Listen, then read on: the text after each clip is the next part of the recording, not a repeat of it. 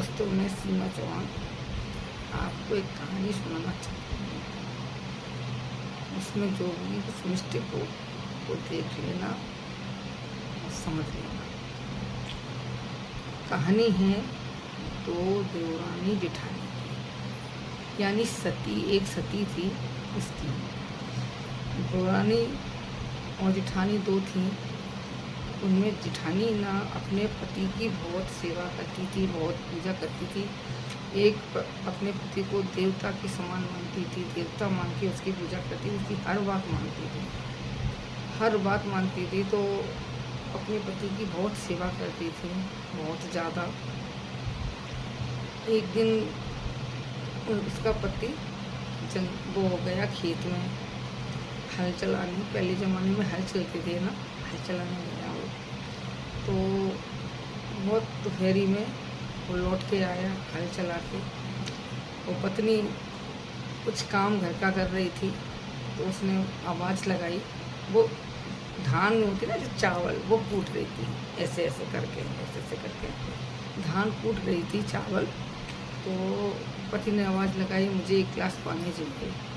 तो उसमें इतनी शक्ति थी, उसने ऐसे छोड़ दिया उसको, मूसल को, तो वो ऐसे ही रह गया। अब पति को पानी दे के आई और उसने आके उसको दोबारा पकड़ा और अपना काम करने लगी। भाई अपने जैसे कर रही थी वैसे करने लगी। उसकी देवरानी थी ना जो, वो देख रही थी बगल में से, पास में ही रहती थी, पड़ोस में ही।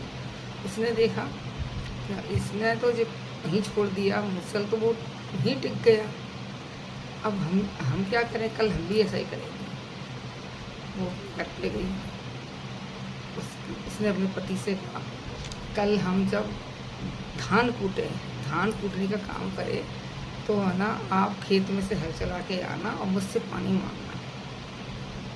उसने पूछा पति ने, क्यों? वो अपने पति से बहुत लड़ती थी, बहुत झगड़ती, उसकी एक ही बात नहीं मानती थी, कुछ भी काम नहीं करती थी। घर के बहुत परेशान था उसका पति। उसने कहा, ऐसा क्यों पानी क्यों दोगी मुझे आज ऐसा क्या हो गया?